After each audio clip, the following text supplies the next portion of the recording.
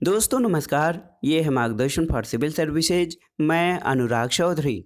दोस्तों आज की वीडियो में हम चालू करेंगे ELT grade, TGT PGT, government inter college प्रवक्ता, गवर्नमेंट डिग्री कॉलेज, उच्चतर शिक्षा असिस्टेंट प्रोफेसर और नेट जेआरएफ के लिए विश्व के भूगोल से संबंधित महत्वपूर्ण प्रश्नों का भाग 2। इसमें हम सौर मंडल के अन्य ग्रहों तथा अक्षांश एवं देशांतर रेखाओं से संबंधित महत्वपूर्ण प्रश्नों को सॉल्व करेंगे। ये प्रश्न आपके आगामी परीक्षाओं के लिए बहुत ही उपयोगी हैं। तो आइए शुरू करते हैं आज का वीडियो। दोस्तों सबसे पहले सौर मंडल के अन्य प्रमुख ग्रहों से संबंधित प्रश्नों को देखते हैं। पहला प्रश्न है कि खगोलविदों के अनुमान के अनुसार ब्रह्मांड में आकाशगंगाओं की लगभग कुल संख्या कितनी है। ऑप्शंस हैं आपके 100 से 200 अरब, 250 से 300 अरब, 300 से 350 अरब या 350 से 100 अरब। तो सही उत्तर है ऑप्शन ए। खगोलविदों के अनुमान के अनुसार ब्रह्मांड में आकाशगंगाओं की लगभग कुल संख्या 100 से 200 अरब है। दोस्तों अगर जो इस प्रश्न की व्याख्या देखें तो खगोलविदों के अनुमान के अनुसार ब्रह्मांड में आकाशगंगाओं की कुल संख्या 100 से 200 अरब है और आकाशगंगा असंख्य तारों का एक पुंज होता है। हमारी आकाशगंगा को मंदाकिनी कहा जाता है और एंड्रोमेडा हमारी आकाशगंगा के सबसे निकट की आकाशगंगा है। अगला प्रश्न है दोस्तों, ग्रहों के दीर्घ वृत्ताकार पथ की जानकारी सबसे पहले किसने दी थी। ऑप्शंस हैं आपके गैलीलियो, केपलर, न्यूटन या कोपरनिकस। तो सही उत्तर है ग्रहों के गति संबंधी नियम, इसका प्रतिपादन केपलर ने किया था। तो याद रखिएगा ग्रहों के दीर्घ वृत्ताकार पथ की जानकारी सबसे पहले केपलर के द्वारा दी गई थी। अगला प्रश्न है दोस्तों, सौरमंडल का सबसे बड़ा ग्रह कौन सा है। तो आप जानते हैं बृहस्पति यानी जुपिटर सौरमंडल का सबसे बड़ा ग्रह है और ये सूर्य के चारों ओर परिक्रमा लगभग 11.86 पृथ्वी वर्ष में यानी 4331 पृथ्वी दिवस में सूर्य की परिक्रमा करता है बृहस्पति। अगले प्रश्न पर आते हैं, सौर परिवार का विशालतम ग्रह कौन सा है। तो आप जानते हैं सौर परिवार का विशालतम ग्रह बृहस्पति है। ऑप्शन सी आपका सही उत्तर है। अगला प्रश्न है, सूर्य का सबसे नज़दीकी ग्रह कौन सा है। तो सूर्य का सबसे नज़दीकी ग्रह आप जानते हैं कि बुध है। और अगर जो सौर मंडल के हम ग्रहों की बात करें सूर्य से बढ़ती हुई दूरी के अनुसार तो क्रम हो जाएगा बुध, शुक्र, पृथ्वी, मंगल, बृहस्पति, शनि, अरुण और वरुण। दोस्तों ये जो है ग्रहों का सूर्य से बढ़ती हुई दूरी के अनुसार क्रम है और ध्रुव तारे का संकेत सप्तऋषि तारामंडल से होता है। एक प्रश्न और आता है कि किन ग्रहों के बीच में क्षुद्र ग्रह की पट्टी है। तो मंगल और बृहस्पति ग्रहों के बीच में एक पट्टी है जो क्षुद्र ग्रह की पट्टी है, ये भी सूर्य की परिक्रमा करते हैं। अगला प्रश्न है कि सूर्य के सबसे निकट का ग्रह कौन सा है। तो ये बुध ग्रह है सूर्य के सबसे निकट का और हमारे सौरमंडल का सबसे छोटा ग्रह भी बुध है। अगला प्रश्न है, निम्नलिखित में से कौन ग्रह सूर्य से सबसे अधिक दूरी पर स्थित है। तो उत्तर है कि ये ग्रह है वरुण यानी नेपच्यून। दोस्तों वरुण या नेपच्यून ग्रह सूर्य से सबसे अधिक दूर है। इसको सूर्य की परिक्रमा करने में सबसे अधिक समय 163.7 वर्ष लगते हैं। अगला प्रश्न है, सौरमंडल में किस ग्रह के सबसे अधिक उपग्रह हैं आपको बताना है। तो ये है दोस्तों, देखिए शनि ग्रह के सबसे अधिक उपग्रह हैं। वर्तमान में देखा जाए तो सौरमंडल में शनि ग्रह के पास सबसे अधिक उपग्रह हैं और देखिए यहाँ पर ग्रह और उनके उपग्रहों की संख्या दी गई है, तो आप इसको ध्यान से देखिएगा। दोस्तों देखिए शनि के वर्तमान में ज्ञात उपग्रहों की संख्या 82 है, बृहस्पति के 79, अरुण यानी यूरेनस के 27 उपग्रह हैं, मंगल के उपग्रहों की संख्या 2 है, वरुण यानी नेपच्यून के कुल 14 उपग्रह हैं। दोस्तों बुध और शुक्र ग्रह के कोई भी उपग्रह नहीं है। पृथ्वी का एकमात्र उपग्रह आप जानते हैं कि चंद्रमा है। अगला प्रश्न आसान सा है कि किस ग्रह का कोई उपग्रह नहीं है। तो आप जानते भी हैं कि बुध और शुक्र के कोई उपग्रह नहीं है। तो इसमें देखिए शुक्र ग्रह हो जाएगा ऑप्शन सी, जिसका कोई उपग्रह यानी सैटेलाइट नहीं है। अगला प्रश्न है दोस्तों कथन कारण से संबंधित। कथन है कि सौरमंडल का सर्वाधिक गर्म ग्रह बुध शुक्र है और कारण है कि शुक्र ग्रह पर सघन वायुमंडल पाया जाता है। तो इसमें दोस्तों ए और आर दोनों सही हो जाएंगे और आर ए की सही व्याख्या करता है। सौरमंडल का सर्वाधिक गर्म ग्रह शुक्र है क्योंकि यहाँ पर सघन वायुमंडल पाया जाता है, जिसके कारण दोस्तों यहाँ का तापमान, औसत तापमान 464 डिग्री सेल्सियस तक पहुँच जाता है। सूर्य का वायुमंडल अत्यंत सघन है जो मुख्य रूप से हरित गृह गैस कार्बन डाइऑक्साइड और सल्फ्यूरिक अम्ल के बादलों से निर्मित है। यहाँ का कार्बन डाइऑक्साइड का बहुल वायुमंडल सल्फर डाइऑक्साइड के घने बादलों के साथ साथ सौर मंडल का सबसे शक्तिशाली ग्रीन हाउस प्रभाव उत्पन्न करता है और ये शुक्र की सतह को बुध की तुलना में तप्त बनाता है। तो कारण और कथन दोनों सही हैं और कारण कथन की सही व्याख्या भी करता है। अगला प्रश्न देखिए दोस्तों, पूछा गया है चंद्र ग्रहण के बारे में। पूछा गया है कि चंद्र ग्रहण कब होता है। तो उत्तर है जब पृथ्वी, सूर्य और चंद्रमा के बीच में पृथ्वी आ जाती है तो चंद्र ग्रहण होता है। देखिए ऑप्शन बी आपका सही उत्तर हो जाएगा। दोस्तों जब सूर्य और चंद्रमा के बीच में पृथ्वी आ जाती है तो सूर्य का प्रकाश चंद्रमा पर नहीं पड़ता। चूंकि ग्रह और उपग्रहों का अपना कोई प्रकाश नहीं है, ये केवल सूर्य के प्रकाश से प्रकाशित होते हैं, इसलिए चंद्रमा पर सूर्य का प्रकाश न पड़ने के कारण चंद्र ग्रहण होता है। चंद्र ग्रहण हमेशा पूर्णिमा यानी फुल मून के दिन ही होता है। कुछ अन्य महत्वपूर्ण तथ्यों को देखते हैं।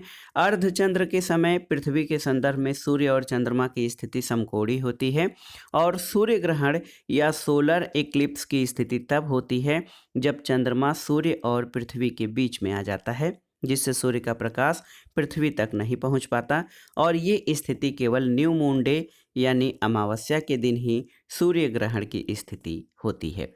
तो याद रखिएगा, जब सूर्य और चंद्रमा के बीच में पृथ्वी आ जाती है तो सूर्य का प्रकाश चंद्रमा पर नहीं पड़ता है, उस समय चंद्र ग्रहण होता है। अगला प्रश्न है एक चंद्र दिवस की अवधि कितनी होती है, आपको बताना है। तो उत्तर है 24 घंटा 52 मिनट। दोस्तों देखिए एक चंद्र दिवस की अवधि लगभग 24 घंटे 52 मिनट होती है। शनि सूर्य के चारों ओर एक चक्कर लगाने में 29.456 वर्षों के बराबर समय लेता है। शनि सौरमंडल का दूसरा सबसे बड़ा ग्रह है और चंद्रमा अपने अक्ष पर 27 दिन 7 घंटे 43 मिनट में एक चक्कर पूरा करता है। अगला प्रश्न है दोस्तों, दो पूर्णिमाओं के बीच अंतराल होता है लगभग कितने का। तो ये पूछा गया है दो पूर्णिमा के बीच कितने दिनों का अंतराल होता है। तो उत्तर है 29.5 दिन यानी 29.5 दिन का अंतराल होता है दो पूर्णिमाओं के बीच।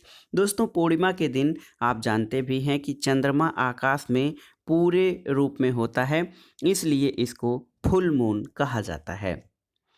अगला प्रश्न सूची 1 का सूची 2 से सुमेलन कराना है और दिए गए कूट के आधार पर सही उत्तर का चयन करना है। इसमें ग्रहों के उपनाम और ग्रहों की सूची दी गई है। हरा ग्रह किसको कहते हैं। तो ये दोस्तों अरुण को हरा ग्रह की संज्ञा दी जाती है। छल्लेदार ग्रह आप जानते हैं शनि को, क्योंकि शनि के आसपास जो वलय होते हैं उसके कारण इसको छल्लेदार ग्रह। लाल ग्रह की संज्ञा मंगल को और प्रातः यानी भोर और सांझ का तारा शुक्र को कहा जाता है। तो इसका सही मिलान हो जाएगा 3, 4, 2 और 1। तो 3, 4, 2 और 1 ऑप्शन सी सही उत्तर है। अगला प्रश्न है दोस्तों, मंगल तथा बृहस्पति ग्रहों के बीच छोटे क्षुद्र पिंडों को क्या कहा जाता है। यहाँ पर देखिए अवांतर ग्रह, निम्न ग्रह, उच्च ग्रह या फिर पुच्छल तारा। तो सही उत्तर है दोस्तों अवांतर ग्रह या क्षुद्र ग्रह पेटी या फिर एस्टेरॉयड कहा जाता है। दोस्तों मंगल और बृहस्पति ग्रहों के बीच छोटे छोटे पिंडों को अवांतर या क्षुद्र ग्रह कहा जाता है। ये मंगल और बृहस्पति की कक्षाओं के बीच सूर्य के चारों ओर परिक्रमा करते हैं। दोस्तों हेली पुच्छल तारा 76 वर्षों के अंतराल के बाद दिखाई देता है। इटली के खगोल शास्त्री पियाजे ने क्षुद्र ग्रह सीरस की खोज की थी और पृथ्वी के निकट के क्षुद्र ग्रह 3 मुख्य कक्षाओं में हैं। एक तो अमोर, अपोलो और एटेन इसमें प्रमुख हैं। अगला प्रश्न है निम्नलिखित ग्रहों में से कौन सा बाह्य ग्रह है, यह आपको बताना है। शुक्र, मंगल, यूरेनस या फिर पृथ्वी। तो सही उत्तर है ऑप्शन सी यूरेनस। दोस्तों सौर मंडल के 8 ग्रहों में बुध, शुक्र, पृथ्वी और मंगल ये भीतरी ग्रह या आंतरिक ग्रह कहलाते हैं जबकि बृहस्पति, शनि, अरुण और वरुण ये बाह्य ग्रह कहलाते हैं। बाह्य ग्रहों को विशाल ग्रह या जोवियन ग्रह भी कहा जाता है। तो याद रखिएगा, यूरेनस ये बाह्य ग्रह का उदाहरण है। अगला प्रश्न है, किस ग्रह पर विशाल लाल धब्बा पाया जाता है? मंगल, बृहस्पति, बुध या शनि? तो सही उत्तर है बृहस्पति पर। दोस्तों, बृहस्पति सौरमंडल का सबसे बड़ा ग्रह है। इस ग्रह पर वृहद लाल धब्बा पाया जाता है, जबकि मंगल ग्रह लाल ग्रह के नाम से जाना जाता है। दोस्तों, ग्रेट रेड स्पॉट बृहस्पति ग्रह पर एक निरंतर चलने वाला प्रतिचक्रवाती तूफान है और बुध ग्रह सौरमंडल का सबसे छोटा ग्रह है। अगला प्रश्न है दोस्तों, किस ग्रह को पृथ्वी का जुड़वा तारा कहा जाता है? आपको बताना है। तो सही उत्तर है शुक्र ग्रह को पृथ्वी का जुड़वा तारा या जुड़वा बहन कहा जाता है। इसका कारण ये है कि ये आकार में दोस्तों पृथ्वी के लगभग बराबर है। दोस्तों देखिए, इस ग्रह को सर्वाधिक चमकीला ग्रह, सुबह और शाम का तारा भी कहा जाता है। दोस्तों, मैगेलन अंतरिक्ष यान को राडार मैपिंग मिशन के तहत शुक्र ग्रह पर 1989 में भेजा गया था। अगला प्रश्न है कि भूमंडलीय स्थिति की प्रणाली उपग्रह की पृथ्वी के केंद्र से ऊंचाई लगभग कितनी होती है?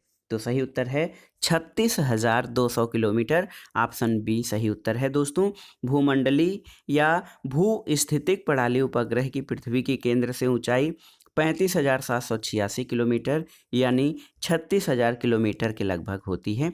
तो सही ऑप्शन आपका सी हो जाएगा। अगला प्रश्न है, दूर संवेदन, सुदूर संवेदन जिसको रिमोट सेंसिंग कहा जाता है, सुदूर संवेदन के बारे में क्या सही नहीं है? तो आपको बताना है।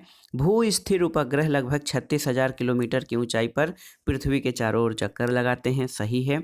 सूर्य सिंक्रोनस उपग्रह का पथ उत्तर दक्षिण है। सही है। एक्स किरणें मुख्यतः सुदूर संवेदन में प्रयुक्त होती हैं। सही नहीं है। इसरो ने सर्वप्रथम रूस से आर्यभट्ट का अंतरिक्ष में शुभारंभ किया था। तो ये सही है। दोस्तों, यहाँ पर देखिए सुदूर संवेदन के बारे में दोस्तों ये कहा गया है कि एक्स किरणें सुदूर संवेदन में प्रयुक्त होती हैं। ये सही नहीं है। सुदूर संवेदन में मुख्यतः माइक्रोवेव और कुछ राडारों में रेडियो तरंगों का प्रयोग किया जाता है, एक्स किरणों का नहीं। अगला प्रश्न है दोस्तों, देखिए जेनस, टाइटन, हाइपेरियन आदि किस ग्रह के उपग्रह हैं? बृहस्पति, वरुण, शनि या मंगल? तो सही उत्तर है शनि के। दोस्तों देखिए, जेनस, टाइटन, हाइपेरियन ये शनि ग्रह के उपग्रह हैं। शनि ग्रह के बड़े उपग्रहों में कैलिप्सो, टेथिस और डायोन तथा आइपेटस हैं। वर्तमान में शनि के कुल 82 उपग्रहों की खोज हुई है और इस समय सर्वाधिक उपग्रहों वाला ग्रह शनि है। अगला प्रश्न है दोस्तों, निम्नलिखित में से कौन सी सौर तरंगे सुदूर संवेदन उपग्रहों द्वारा प्रयुक्त की जाती हैं? आपको बताना है। तापीय और रक्त तरंगे, कॉस्मिक तरंगे, पराबैंगनी तरंगे या फिर एक्सरे तरंगे?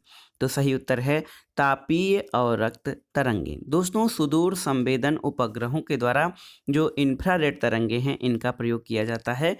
तापीय और रक्त किरणें यानी थर्मल इंफ्रारेड रेज, गामा किरण, एक्स किरण, इनका अधिकांश पराबैंगनी किरणों की ऊर्जा वायुमंडल द्वारा अवशोषित कर ली जाती है।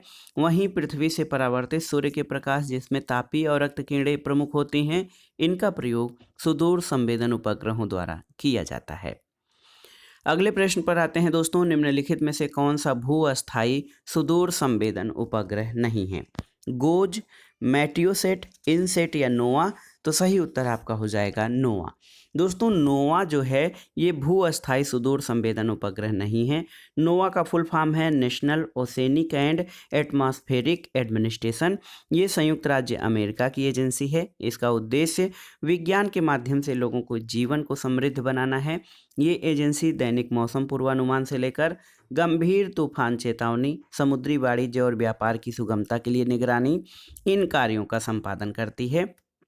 और जो अन्य जो ऑप्शंस दिए गए हैं, गोज, मेटियोसेट और इनसेट, ये आपके सुदूर संवेदन उपग्रह के उदाहरण हैं। अगला प्रश्न है, हैली, गेल तथा विल्सन क्या हैं? तो उत्तर है दोस्तों हैली, गेल और विल्सन ये धूमकेतु के उदाहरण हैं।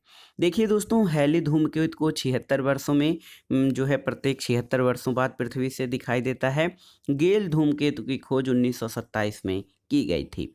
दोस्तों, धूमकेतुओं के बारे में कुछ महत्वपूर्ण तथ्य हैं कि धूमकेतुओं की पूंछ हमेशा सूर्य के विपरीत दिशा में होती है और हैली धूमकेतु को पिछली बार 1986 में देखा गया था। अब वर्ष 2061 में पुनः दिखाई देने की संभावना है। अगला प्रश्न है, निम्नलिखित में से कौन एक ध्रुवीय परिक्रमित उपग्रह श्रृंखला का उदाहरण नहीं है? देखिए, IRS, लैंडसेट, स्पार्ट या इनसेट। तो सही उत्तर है ऑप्शन डी, इनसेट। दोस्तों देखिए, IRS ये भारत का, लैंडसेट USA का और स्पार्ट फ्रांस का ध्रुवीय परिक्रमित उपग्रह श्रृंखला है, जबकि इनसेट भारत के भू स्थिर उपग्रह का उदाहरण है। इसलिए इनसेट इनमें से अलग हो जाएगा। दोस्तों, इनसेट का पहला प्रक्षेपण इनसेट 1A 10 अप्रैल 1982 को किया गया था, जो कि असफल हुआ था। इसी श्रृंखला के दूसरे उपग्रह 1B इनसेट 1B को 30 अगस्त 1983 को छोड़ा गया, जो कि भारत का प्रथम सफल भू-स्थैतिक उपग्रह है। अगला प्रश्न है दोस्तों, देखिए बहुत ही महत्वपूर्ण प्रश्न है कि निम्नलिखित ग्रहों में से किस पर सबसे छोटा दिन होता है? पृथ्वी, मंगल, बुध या शुक्र पर? तो सही उत्तर क्या हो जाएगा? दोस्तों, पृथ्वी पर देखिए सबसे छोटा दिन होता है, आप देख सकते हैं। एक चार्ट है कि बुध पर दोस्तों दिन की अवधि 4222.6 घंटे की होती है, शुक्र पर 2802 घंटे की, पृथ्वी पर 24 घंटे की और मंगल पर 24.7 घंटे की दिन की अवधि होती है। इसलिए आप जान सकते हैं कि दिन की अवधि सबसे कम पृथ्वी पर होती है। अगला प्रश्न है दोस्तों, कहाँ पर वर्ष की लंबाई सबसे अधिक है? देखिए, बुध, बृहस्पति, पृथ्वी और प्लूटो। तो सही उत्तर है प्लूटो पर। दोस्तों, प्लूटो पर वर्ष की लंबाई सबसे अधिक होती है। यह सूर्य की परिक्रमा लगभग 284 वर्ष में पूरी करता है। इसके अलावा दोस्तों, बुध सूर्य की परिक्रमा लगभग 88 दिन में पूरी कर लेता है और पृथ्वी को सूर्य की परिक्रमा करने में 365.2536 दिन या 365 दिन 6 घंटे 9 मिनट 9.51 सेकेंड का समय लगता है। अगला प्रश्न है दोस्तों, दिए गए कथन की जांच कीजिए और कोड का प्रयोग करके सही उत्तर का चयन कीजिए। देखिए, सफ़ेद ड्वार्फ्स बहुत छोटे सितारे होते हैं, सही है। सफ़ेद ड्वार्फ्स या व्हाइट बामन तारों का घनत्व किसी ज्ञात स्थलीय पदार्थ से अधिक होता है। उनका घनत्व पानी के 10 लाख गुना हो सकता है और ड्वार्फ के एक चम्मच पदार्थ का भार 10 क्विंटल हो सकता है। तो देखिए दोस्तों, ये आप में कौन से कथन सही हैं? तो सही उत्तर 1, 2, 3 और 4, ये चारों कथन ही सही हैं। तो देख लीजिए दोस्तों, सफ़ेद ड्वार्फ्स अत्यधिक छोटे सितारे होते हैं और सूर्य जैसे तारों का नाभिकीय ईंधन समाप्त होने की स्थिति में गुरुत्वीय संकुचन से बनते हैं और ये इसका घनत्व पानी के घनत्व से 10 लाख गुना अधिक हो सकता है। इनके एक चम्मच पदार्थ का भार 10 क्विंटल से अधिक हो सकता है। सफ़ेद ड्वार्फ्स या बौने तारे घनत्व की दृष्टि से ब्रह्मांड के सर्वाधिक घने निकायों में से एक होते हैं और इनसे अधिक घनत्व केवल न्यूट्रॉन तारों या ब्लैक होल्स का होता है। अगला प्रश्न दोस्तों, निम्नलिखित कथनों का परीक्षण कीजिए और नीचे दिए गए कोड का प्रयोग करके सही उत्तर का चयन कीजिए। यहाँ पर देखिए, कथन 1 है कि सौरमंडल के सभी ग्रहों की संरचना भिन्न भिन्न है। तो सही है, सभी ग्रहों की संरचना भिन्न भिन्न है। ग्रहों की संरचना सूर्य से दूरी से संबंधित प्रतीत होती है, ये भी आपका सही है। और सूर्य के समीपी ग्रह चट्टानों और धातुओं से निर्मित थे जो उच्च तापमान पर क्रिस्टलीकृत हो चुके हैं, सही है। बाह्यतम ग्रह तत्वों से बने हैं जो उच्च तापमान पर ठोस में बदल चुके हैं, तो ये आपका सही नहीं है। दोस्तों, प्रथम 3 कथन सही हैं, 1, 2, 3 सही हैं, चौथा कथन आपका सही नहीं है। आप देख सकते हैं कि सौरमंडल के सभी ग्रह भिन्न भिन्न संरचना, आकार, संगठन वाले पदार्थ, तापमान और सूर्य के चारों ओर परिक्रमा, अवधि और दृष्टि से भिन्न हैं। ग्रहों की संरचना सूर्य से दूरी से संबंधित है। ग्रहों के कोर में अत्यधिक उच्च तापमान पाया जाता है जो कि बहुत अधिक होता है। और देखिए दोस्तों, सभी पदार्थ गैस और प्लाज्मा के रूप में मिलते हैं, जिसके फलस्वरूप सूर्य के समीपी ग्रह चट्टान और धातुओं से निर्मित थे जो उच्च तापमान पर क्रिस्टलीकृत हो चुके हैं।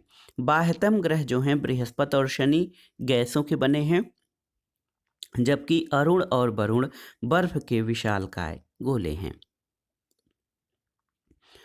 दोस्तों ग्रहों के बाद आइए देखते हैं विश्व के भूगोल के महत्वपूर्ण खंड, प्रमुख अक्षांश और देशांतर रेखाओं से संबंधित प्रश्नों को।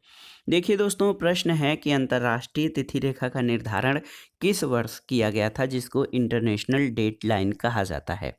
तो उस उत्तर है दोस्तों, देखिए 1984 में।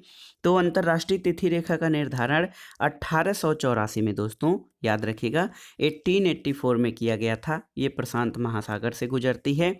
यह एक देशांतर रेखा है जिसे 180 डिग्री देशांतर रेखा भी कहा जाता है।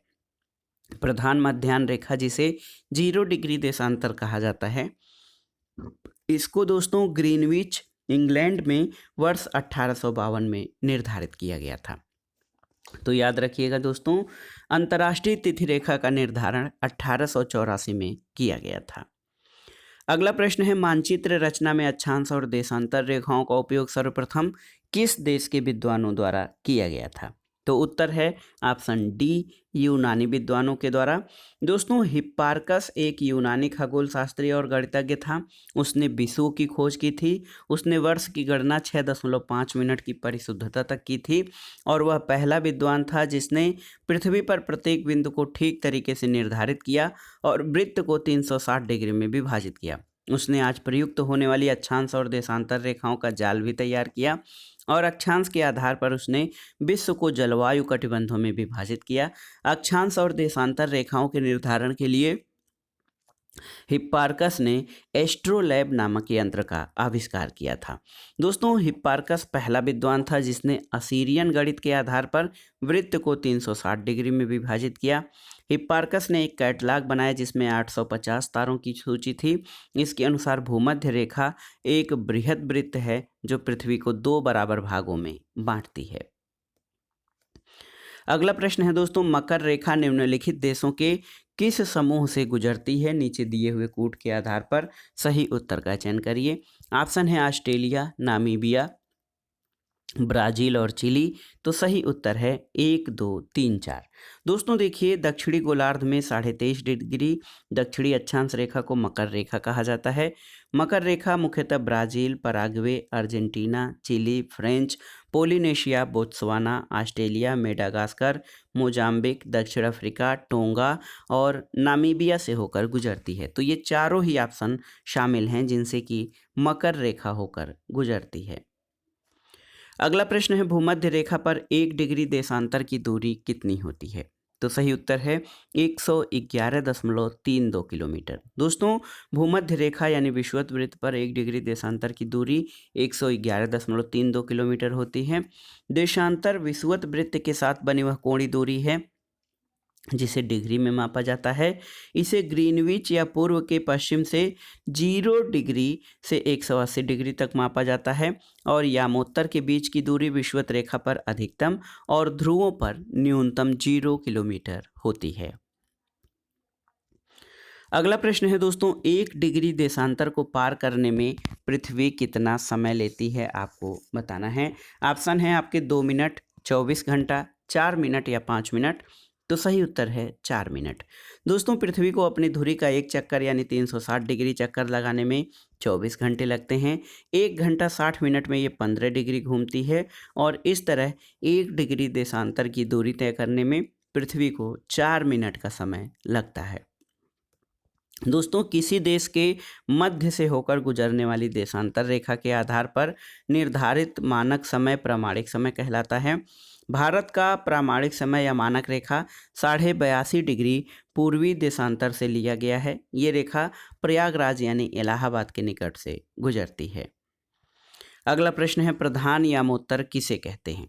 तो उत्तर है दोस्तों 0 डिग्री देशांतर को प्रधान यामोत्तर कहा जाता है और ये रेखा लंदन के निकट ग्रीनविच वेधशाला से होकर गुजरती है।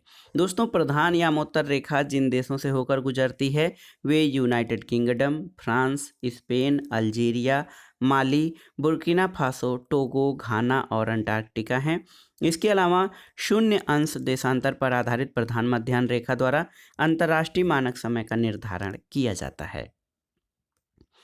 अगला प्रश्न है दोस्तों, ग्रीनविच माध्य समय से बेरूत का समय 2 घंटा आगे और लीमा का समय 5 घंटा पीछे है। लीमा और बेरूत की देशांतर रेखाएं कितनी होंगी। तो आप जानते हैं दोस्तों, देखिए ग्रीनविच माध्य समय से पूर्व का समय आगे और पश्चिम का समय पीछे होगा। 1 घंटा 15 डिग्री होता है, 2 घंटा 30 डिग्री हो जाएगा, 5 घंटा हो जाएगा 75 डिग्री। तो दोस्तों आप यहाँ पर देख सकते हैं कि बेरूत का समय ग्रीनविच माध्य से 2 घंटा आगे होगा, अर्थात 30 डिग्री पूर्व होगा। इसी प्रकार लीमा का समय 5 घंटा पीछे यानी 75 डिग्री पश्चिम होगा। तो सही उत्तर क्या हो जाएगा? सही उत्तर हो जाएगा दोस्तों यहाँ पर 75 डिग्री पश्चिम और 30 डिग्री पूर्वी देशांतर रेखा लीमा और बेरूत की देशांतर रेखा होगी। अगला प्रश्न है दोस्तों, अधिकांश देश अपना मानक समय यानी स्टैंडर्ड टाइम सुनिश्चित करते हैं, क्यों? तो सही उत्तर है, देश की मध्यवर्ती देशांतर रेखा से अधिकांश देश अपना मानक समय सुनिश्चित करते हैं ताकि पूरे देश में टाइम जोन एक बराबर बना रहे। किसी देश अथवा क्षेत्र विशेष में मध्यवर्ती देशांतर के स्थानीय समय को पूरे देश का समय मान लिया जाता है, इसको मानक समय कहते हैं। भारत की मानक समय रेखा 82.5 डिग्री पूर्वी देशांतर है। अगला प्रश्न है दोस्तों, अंतर्राष्ट्रीय तिथि रेखा कौन सी मानी गई है? तो उत्तर है आपकी 180 डिग्री देशांतर रेखा को इंटरनेशनल डेट लाइन या अंतर्राष्ट्रीय तिथि रेखा कहा जाता है। ये प्रधान मध्याह्न रेखा जो कि 0 डिग्री देशांतर है उसके विपरीत दिशा में होती है। अगला प्रश्न है दोस्तों, अंतर्राष्ट्रीय तिथि रेखा 180 डिग्री देशांतर से थोड़ा विचलित है, जिसके वह क्या करती है? तो वह समान प्रशासन के अंतर्गत स्थित द्वीप समूहों को विभाजित नहीं करती है। दोस्तों आप देख सकते हैं कि अंतर्राष्ट्रीय तिथि रेखा 180 डिग्री देशांतर से थोड़ा विचलित है। इस रेखा को स्थल भाग से दूर रखा गया है ताकि एक ही देश में रहने वाले लोगों को कोई असुविधा न हो।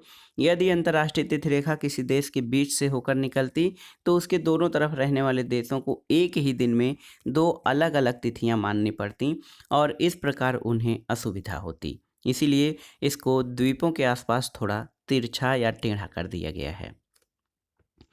अगला प्रश्न है, अंतर्राष्ट्रीय तिथि रेखा कतिपय स्थलों के समायोजन के लिए कुछ विचलनों के साथ अनुसरण करती है, कितने डिग्री का? तो सही उत्तर है दोस्तों, ये 180 डिग्री देशांतर का जो है अनुसरण करती है। समान प्रशासन वाले द्वीपों पर थोड़ा सा इसको विचलित करके माना गया है। अगला प्रश्न है, अंतर्राष्ट्रीय तिथि रेखा या इंटरनेशनल डेट लाइन किसे कहते हैं, आपको बताना है। तो सही उत्तर है 180 डिग्री देशांतर रेखा को अंतर्राष्ट्रीय तिथि रेखा कहते हैं। अगला प्रश्न है दोस्तों, जब जहाज अंतर्राष्ट्रीय तिथि रेखा को पश्चिम से पूरब पार करता है तो उसकी तारीख में क्या अंतर आता है? तो सही उत्तर है, जब कोई जहाज अंतर्राष्ट्रीय तिथि रेखा को पश्चिम से यानी यहाँ से वेस्ट से पूरब की ओर पार करता है तो उसके तिथि या तारीख एक दिन घट जाती है। 180 डिग्री देशांतर रेखा को अंतर्राष्ट्रीय तिथि रेखा कहा जाता है और यदि कोई व्यक्ति भारत की ओर से चलते हुए इस तिथि रेखा को पश्चिम से पूर्व की ओर पार करता है तो एक दिन कम हो जाता है और जब भारत की ओर चलते हुए पूरब से पश्चिम की ओर पार करता है तो एक दिन बढ़ जाता है। अगला प्रश्न है, अंतर्राष्ट्रीय तिथि रेखा किन द्वीपों के नज़दीक से होकर गुजरती है? हवाई द्वीप, कुक द्वीप, सांता क्रूज या फिजी द्वीप? तो सही उत्तर है फिजी द्वीप। दोस्तों अंतर्राष्ट्रीय तिथि रेखा फिजी द्वीप के निकट से होकर गुजरती है। अगला प्रश्न है, यदि पृथ्वी की घूर्णन की दिशा उलट दी जाती है तो अंतर्राष्ट्रीय तिथि रेखा पर जब दोपहर होगी तो IST पर क्या होगा? देखिए ये प्रश्न कंडीशनल प्रश्न है। इसमें आपसे पूछा गया है कि यदि पृथ्वी की घूर्णन की दिशा उलट दी जाती है तो अंतर्राष्ट्रीय तिथि रेखा पर जब दोपहर होगी तो IST पर क्या होगा? तो सही उत्तर है 6:30 बजेंगे।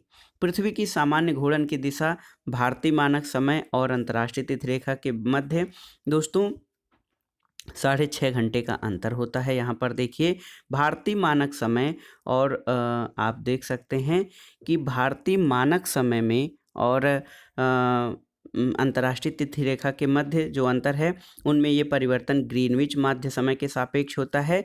जब ग्रीनविच में 12:30 बजे दोपहर होता है तो भारत में शाम के 5:30 बजे और अंतर्राष्ट्रीय तिथि रेखा पर 12 बजे का समय होगा। तो आप जान सकते हैं दोस्तों, परंतु पृथ्वी की घूर्णन की दिशा जब पलटेगी तो ये समीकरण बदल जाएगा। और देखिए दोस्तों अंतर्राष्ट्रीय तिथि रेखा पर जब दोपहर होगी तो भारत में 6:30 बजे का समय होगा। अगला प्रश्न है, मध्य प्रशांत महासागर से गुजरने वाली अंतर्राष्ट्रीय तिथि रेखा सामान्यतः किसका अनुसरण करती है? तो सही उत्तर है 180 डिग्री देशांतर का। दोस्तों मध्य प्रशांत महासागर से गुजरने वाली अंतर्राष्ट्रीय तिथि रेखा सामान्यतः 180 डिग्री देशांतर का अनुसरण करती है। और इस वीडियो का या इस प्रैक्टिस सेट का आखिरी प्रश्न है दोस्तों, किसे आर्कटिक वृत्त कहा जाता है? आपको बताना है। ऑप्शन है 66.5 डिग्री उत्तरी, 23.5 डिग्री उत्तरी, 66.5 डिग्री दक्षिणी या 90 डिग्री उत्तरी। तो 66.5 डिग्री उत्तरी अक्षांश को दोस्तों आर्कटिक वृत्त कहा जाता है। उत्तरी गोलार्ध में 66.5 डिग्री उत्तरी अक्षांश रेखा को ये उपध्रुव वृत्त अथवा आर्कटिक वृत्त कहते हैं, जबकि दक्षिणी गोलार्ध में 66.5 डिग्री दक्षिणी अक्षांश रेखा को दक्षिणी उपध्रुव वृत्त अथवा अंटार्कटिक वृत्त के नाम से जाना जाता है। तो दोस्तों ये था आज का वीडियो। इसमें आपने अन्य प्रमुख ग्रहों, पृथ्वी के अलावा अन्य ग्रहों और अक्षांश और देशांतर रेखाओं से संबंधित महत्वपूर्ण प्रश्नों को सॉल्व किया है। ये प्रश्न आपके आगामी परीक्षाओं के लिए बहुत ही उपयोगी और महत्वपूर्ण हैं। आप इन प्रश्नों को तैयार कर लीजिए। वीडियो आपको कैसा लगा हमें कमेंट बॉक्स में ज़रूर बताइएगा। वीडियो को लाइक करें, शेयर करें और इस चैनल मार्गदर्शन फॉर सिविल सर्विसेज को सब्सक्राइब करें। वीडियो देखने के लिए धन्यवाद दोस्तों। नमस्कार।